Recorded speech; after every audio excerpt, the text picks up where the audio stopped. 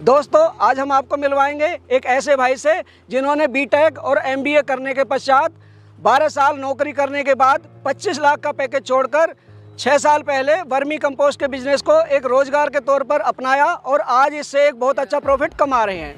तो चलिए आपको मिलवाते हैं राज सिंह जी से। आप अपना और अपनी वर्मी कंपोस्ट यूनिट का हमारे दर्शकों को एक छोटा सा परिचय दीजिए। नमस्कार सर, आपका भी बहुत बहुत स्वागत है हमारे साइट पे।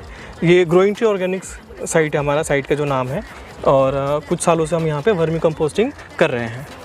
आपकी एजुकेशन बैकग्राउंड क्या है? सर मैंने बीटेक कर रखा है और बीटेक करने के बाद मैंने एमबीए भी कर रखा है। आप बीटेक भी है, एमबीए भी है? जी। वर्मी कंपोस्ट बिजनेस में कैसे आना हुआ आपका? सर एमबीए के कॉलेज के दौरान बहुत सारे मेरे फ्रेंड्स थे जो बहुत अच्छे बिजनेस फैमिली से थे, तो तब से ही कुछ ना कुछ करने का जज्बा था कि कुछ बिज़नेस करूं, कुछ अपना करूं। और लगभग 6 साल पहले हमें डेयरी खोलने का मौका मिला, तो हमने डेयरी स्टार्ट की जी। काफ़ी बड़ी डेयरी थी हमारे पास, 150-200 गायों की। और डेयरी से हमारे पास गोबर जो बाय प्रोडक्ट में था उसको यूटिलाइज़ करने के लिए हम इस बिज़नेस में आ गए। लॉकडाउन के पीरियड में डेयरी में हमें नुकसान हो गया और इस बिज़नेस से हमें संभाल लिया, तो हमने फिर फुल टाइम जो हम इस बिज़नेस में शिफ्ट हो गए 2000 से। आसपास में गोबर के बड़े अच्छे सोर्स हैं हमारे पास, 2 गौशाले हैं, गवर्नमेंट गौशाला भी है, प्राइवेट गौशाला भी है, तो गोबर का सोर्स था, एनवायरनमेंट पूरा अच्छा था, तो हम यहाँ शिफ्ट हो गए। आपको गौशाला से गोबर मिल जाता है, यानी कि गाय के गोबर से आप अपना खाद तैयार कर रहे हैं। गोबर क्या रेट आता है? सर हमें एक ट्रॉली गोबर जो है 1500 की पड़ती है। 1500 यहाँ पे डाल के जी। जब आपने यहाँ शुरू किया कितने बेड से यूनिट शुरू करी थी अपनी? सर यहाँ तो हमने बहुत लार्ज स्केल पे स्टार्ट की थी। जब हमने अपनी यूनिट शुरू की थी 6 साल पहले, तो हमने 10 बेड से स्टार्ट किया था। यहाँ तो हम लगभग 150 बेड शिफ्ट किए थे। अभी कितने बेड हैं? अभी लगभग 350 बेड हमारे पास। 350 बेड हैं। मैं देख रहा हूँ आपने बेड के ऊपर ये केले के पत्ते डाले हुए हैं। जी जी, ठीक है। और अमूमन लोग क्या करते हैं, पराली डालते हैं या प्लास्टिक का वो लगाते हैं नेट। आपने ये हाँ कुछ लीक से हटके लगा मुझे, ऐसा क्यों? देखिए सर, हम लोग का जो काम करने का तरीका है वो क्या है, 0 बजट फार्मिंग करते हैं हम, 0 बजट वर्मी कंपोस्टिंग करते हैं जी। तो 0 बजट में हमारे पास शेड तो होता नहीं है, हम पूरा खुला में करते हैं, तो वर्म्स को गर्मी से बचाने के लिए हमें एक अच्छी लेयर चाहिए होती है। अच्छा। हम अगर हम पराली डालते हैं तो पराली क्या है, थोड़े एक पीरियड के बाद चिपक जाती है। अच्छा। उसकी जो परत है वो आधी इंच की भी नहीं रह जाती है।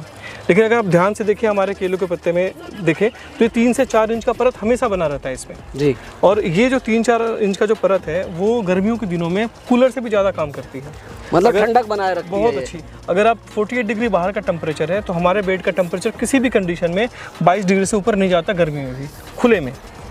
प्लस ये जो केले के पत्ते हैं वो डिकम्पोज होते हैं, सड़ते हैं, सड़ के वर्म उनको खाते हैं, तो अगर उनको वर्म खा गए तो वो खाद बन गया जी। और अगर इसके बहुत बारीक बारीक टुकड़े टूट के अगर हमारे खाद में गिरते हैं तो ये जो केला है, केले के पत्ते हैं, वो फॉस्फोरस का बहुत अच्छा सोर्स होता है। अच्छा। तो ये हमारे खाद में फॉस्फोरस ऐड करता है, हमारे खाद को इनरिच करता है। अच्छा। इसकी गुणवत्ता बढ़ाता है हमारे खाद को। ये पत्ते आप कहाँ से अरेंज करते हैं? देखिए ये जो मंडी आसपास में 2-3 बड़े मंडी हमारे पास साहिबाबाद में है, गाजियाबाद में है, तो मंडी में जो केले आते हैं ये वालों कुछ खर्चा पानी हम दे देते हैं, वो अलग बात है, बट पत्तों का कोई कॉस्ट नहीं लगता, ये फ्री है हमारे लिए जी। आप अभी बता रहे थे कि आप 0 बजट पे वर्मी कंपोस्ट बनाते हैं। जी जी, थोड़ा बताइए हमारे दर्शकों को। देखिए सर, वर्मी कंपोस्ट बनाने के बहुत सारे तरीके हैं। ठीक, अगर आप किसी प्रोफेसर से बात करेंगे तो वो कहेंगे कि आप शेड लगाओ, ठीक, नीचे प्लास्टर करो।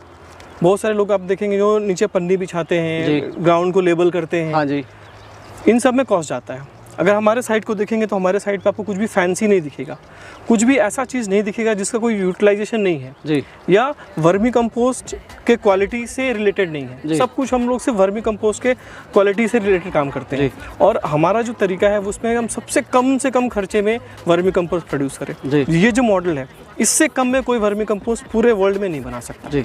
ठीक, हम लोग कोई पन्नी यूज़ नहीं करते नीचे में, हमारा ग्राउंड पे कोई लेबलिंग का कुछ रिक्वायरमेंट नहीं होता है, और नहीं हमारा शेड होता है, नहीं नीचे कोई प्लास्टर होता है।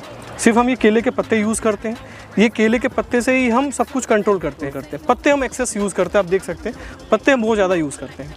थोड़ा बेड खोल के आप दिखाइए हमारे दर्शकों को। जरूर।